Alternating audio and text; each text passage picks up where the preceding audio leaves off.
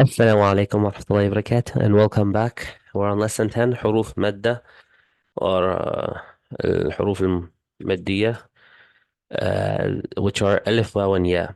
And you want to explain to the students inshallah that of course if ألف comes after فتحة it becomes longer from to in just two counts.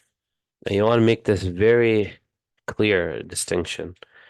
Because some of them they'll start stretching the short vowel to when there is no med letter. Of course, simplify it as much as you can and tell them the exact bare bones basics that they need to know to go through this lesson. Boo, B. When there's waw after dhamma, we stretch it. Boo. When there's ba, when there's ya after kasra, B. And that applies to every letter.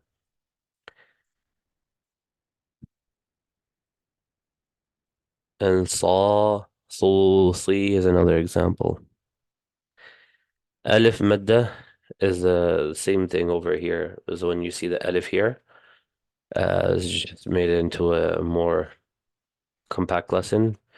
This will be specific to fatha and the alif.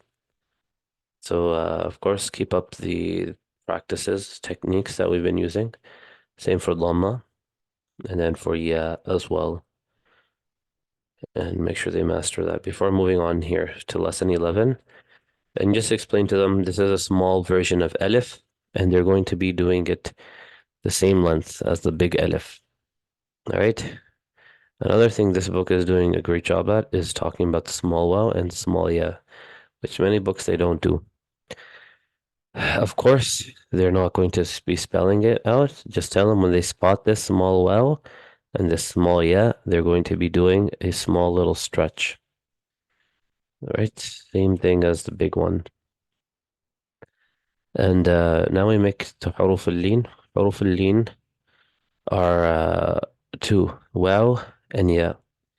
And it's what we talked about in Sukun a little bit earlier, that it happens when a letter, any letter has fatha before a ya or a waw which has sukun.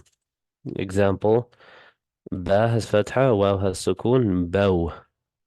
Ha has fatha, waw has sukun, how. Now if you go here for kasra, for ya, ba has fatha, ya has sukun, bay. Ha has what? Fatha. Ya has sukun. Hay. So that's the sound that ya and wow make. So that's why I was a little bit perhaps unclear before, but this is good, inshallah. I'm not going to go into too much detail. It's pretty easy. Try your best not to complicate things for the kids. It's more simpler, the more easier, the smoother it will be for you guys to teach them. Same thing over here. Now we've made it into a whole lesson where they go through the whole alphabet, and then they're going to have practice questions here. And make sure they perfect this, have it done at least 10 times. You as the teacher go first. Now, of course, for Yadin, and same thing. You as the teacher go first, and then the student after you.